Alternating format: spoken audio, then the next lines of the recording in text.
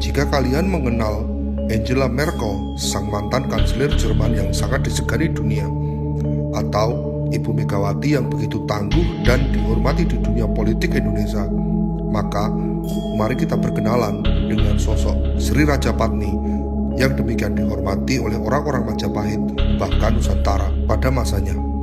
Penyambung visi sang ayah Kertanegara yang bertekad menyatukan Nusantara. Tokoh hebat di balik layar kejayaan Majapahit itu adalah Gayatri.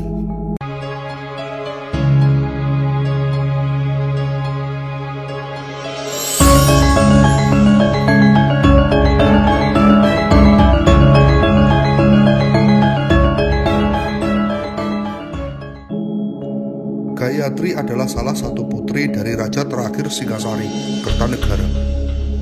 Ia juga istri dari Sang Ramawijaya, sang pendiri Majapahit. Namanya tercantum dalam kronik Pararaton dan beberapa prasasti. Selain itu, kilasan kisah hidup Gayatri juga ditemui dalam beberapa naskah kidung, di antaranya Kidung Harsawijaya dan Panji Wijaya Krama. Sejarawan Eldrick menyebut putri bungsu Kertanegara ini diperkirakan lahir pada 1274 berdasarkan penelusurannya atas beberapa sumber sejarah. Drake juga menyebut sang putri punya karakter yang membuatnya menonjol, berbeda dari ketiga kakaknya, Tribhuwana, Mahadewi, dan Jayendra Dewi. Gayatri adalah putri Kertanegara yang paling haus pengetahuan, terutama soal tata negara dan agama. Boleh jadi Gayatri lah yang paling menginsafi cita-cita sang ayah akan penyatuan Nusantara di bawah Singasari. Terkait cita-cita Nusantara itu, sejarawan Slamet Mulyana menjelaskan di antara raja-raja Singasari, Sri Kertanegara yang pertama-tama melepas pandangannya keluar Jawa. Ia meninggalkan politik tradisional yang berkisar pada Jenggala dan Panjalu. Ia ingin mempunyai kerajaan yang lebih luas dan lebih besar daripada sekedar kerajaan Jenggala dan Panjalu warisan Raja Erlangga. Gayatri dan kakak-kakaknya sempat menjadi saksi peristiwa-peristiwa politik penting di Jawa pada akhir abad ke-13. Di antaranya adalah konflik antara Singasari dan Tiongkok di bawah kuasa Kubilai Khan pada 1280-an yang lalu.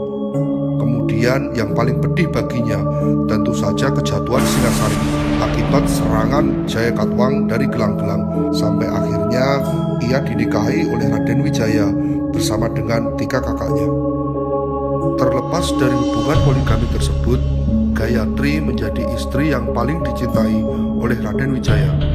Mengapa dia disandangi gelar Rajapatni yang berarti sang pendamping raja. Sumber prasasti dari masa awal Majapahit mengkonfirmasi posisi istimewa Gayatri di sisi Raden Wijaya. Seperti yang kita tahu bahwa Kertarajasa menghadapi beberapa pemberontakan.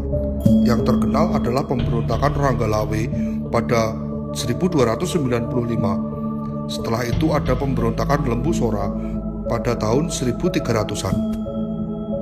Setelah Kertarajasa wafat, tampuk kekuasaan jatuh kepada putranya yang bergelar Jayanegara.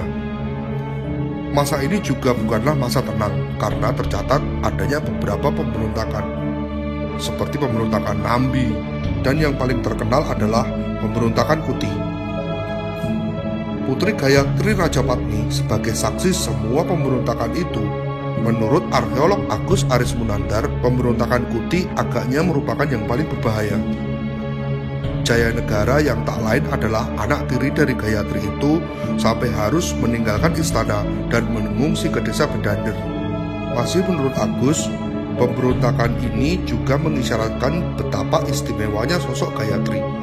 Meski berhasil menguasai ibu kota, Kuti yang sebenarnya masih termasuk penggawa kerajaan itu tidak mengusik kedaton Gayatri.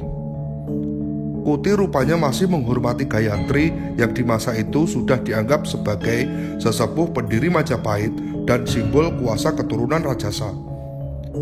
Di masa Jayanegara menjadi raja, raja merekrut seorang pengawal elit keraton yang berasal dari rakyat bawah dan tidak berdarah biru, atau bisa dikatakan kasta sudra.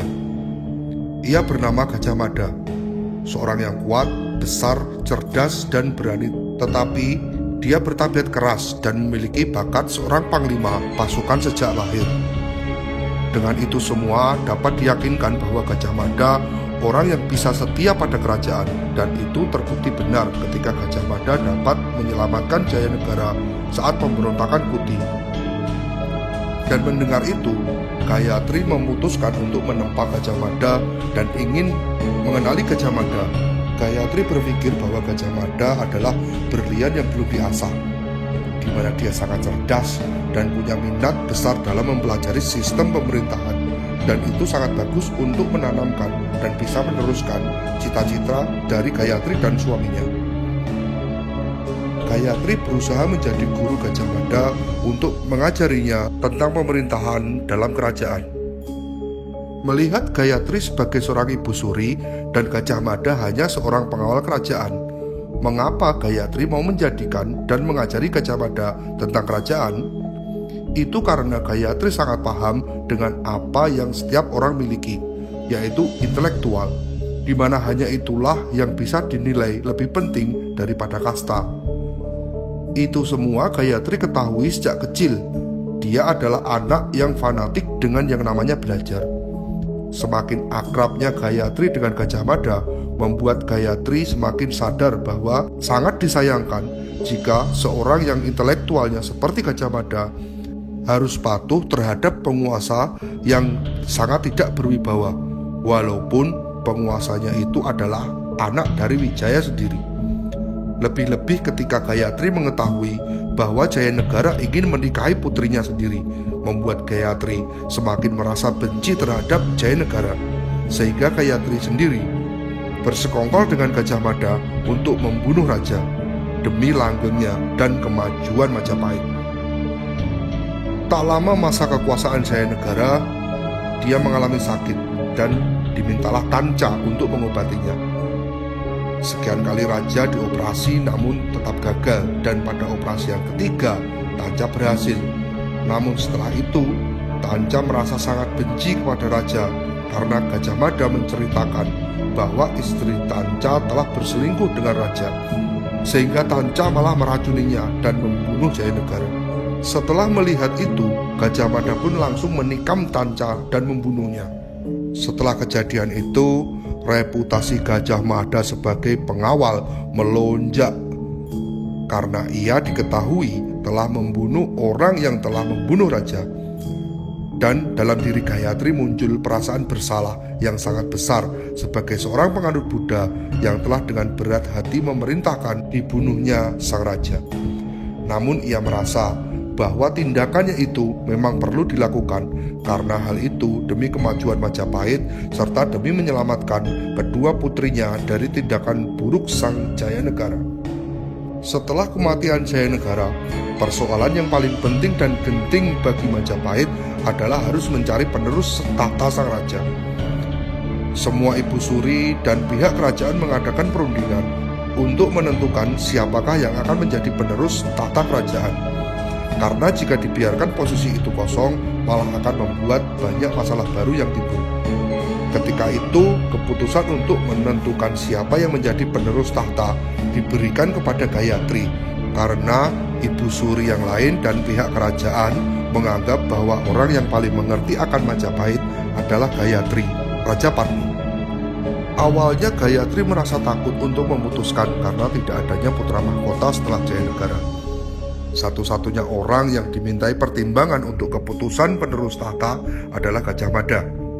Awalnya Gajah Mada mengusulkan agar Gayatri naik tahta karena dia adalah istri dari Wijaya, dan ketika tidak ada pewaris laki-laki, maka tidak punya alasan lagi untuk menolak bahwa penguasa perempuanlah yang selanjutnya. Apalagi kecakapan Gayatri tentang kemampuannya dalam hal kerajaan dan pemerintahan. Tetapi Gayatri memberikan keputusan lain. Dia menolak karena sejak semula kerajaan Majapahit telah dirundung sengketa dan kedengkian, termasuk dalam keluarga. Dan itu haruslah dikesampingkan dan melihat ke depan agar muncullah masa pemulihan rekonsiliasi, dan perdamaian, yang semua itu adalah cita-cita ayah dan suaminya.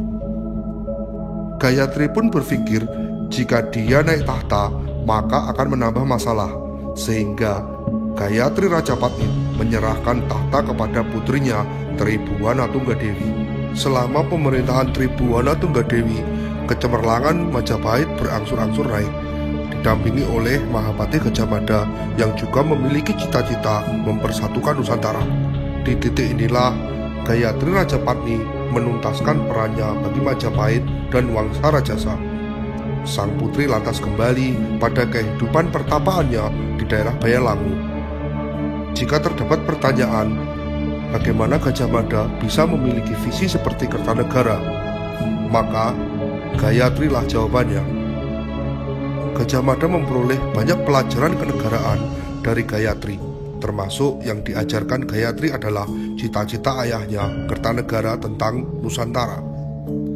Siapa sangka jika di balik sumpah palapa yang mengguncang sejarah ternyata ada sosok perempuan, Gayatri Rajapatni, sebagai guru Sang Mahapatih yang mengajarinya tentang gagasan penyatuan Nusantara. Meski Gayatri memutuskan untuk tidak tampil di ruang publik, menolak tahta Majapahit, dan lebih memilih menjadi bhiksuni, namun perannya sebagai ibu suci Majapahit sangat besar dalam membina kerajaan. Gagasan-gagasannya mengilhami para tokoh sentral untuk membangun Majapahit. Gayatri Rajapatni mangkat pada tahun 1350. Prapanca mengabadikan bagaimana sosok Gayatri dikenal di masa Majapahit. Tempat pemujaan Gayatri tersebar di mana-mana, didirikan sebagai candi peringatan di setiap daerah. Dialah Gayatri Rajapatni, perempuan yang menjadi dalang di balik kejayaan Majapahit.